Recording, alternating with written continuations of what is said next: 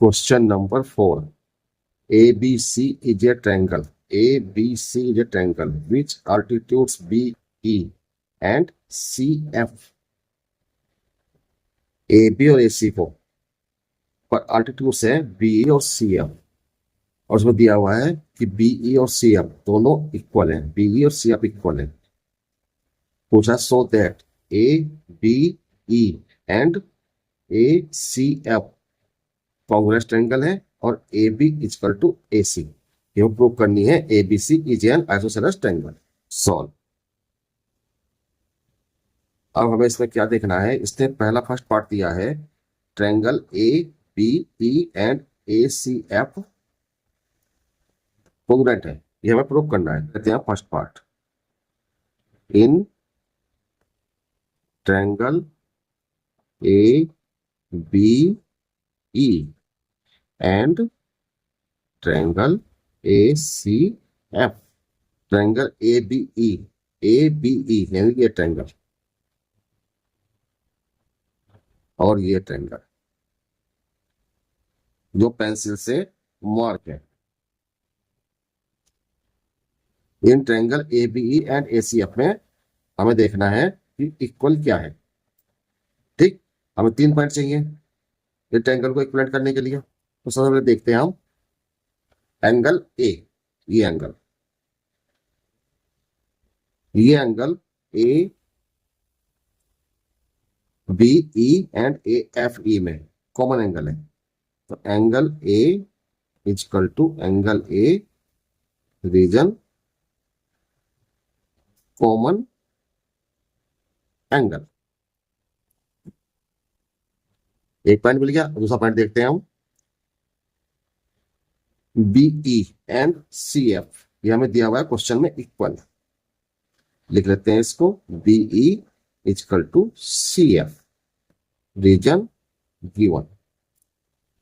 Question number 3 में आपको बताया था अल्टीट्यूड्स क्या होते हैं, जो किसी लाइन पर 90 डिग्री 90 डिग्री का एंगल बनाते हैं, वो अल्टीट्यूड्स होते हैं। वही इसमें है, BE AC का एल्टीट्यूड्स है और CF AB का एल्टीट्यूड्स है।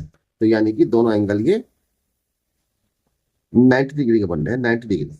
ओके, तो यानी कि angle AEB angle AEB equal to angle AFC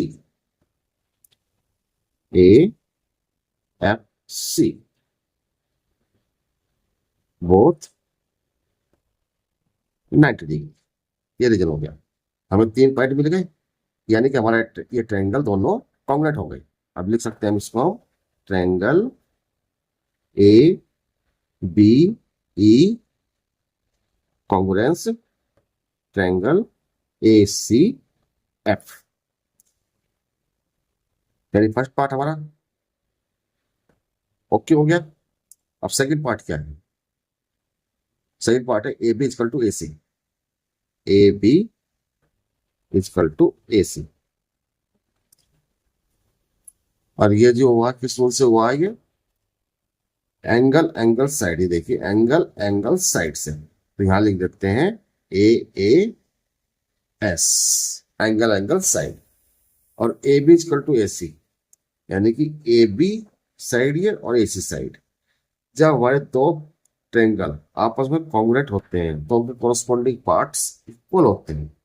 ABE and triangle ACF के corresponding parts AB and AC आपस में इक्वल होंगे बाय CP/CT रूल से। तो जब AB इक्वल टू AC हो गया, तो यानी कि जब AB इक्वल टू AC हो गया तो हमारा ट्रायंगल ABC आइसोसेलेस ट्रायंगल हो गया। आइसोसेलेस ट्रायंगल क्या होता है, आइसोसेलेस ट्रायंगल वो होता है जिसके 2 पार्ट आपस में इक्वल होते हैं। तो ABC के 2 पार्ट इक्वल हो गए, AB एंड AC, तो ये आइसोसेलेस ट्रायंगल हो गया। एक लाइन और लिख देते हैं हम, therefore ABC is an isosceles triangle। Question number 4 हमारा यहाँ पूरा हुआ।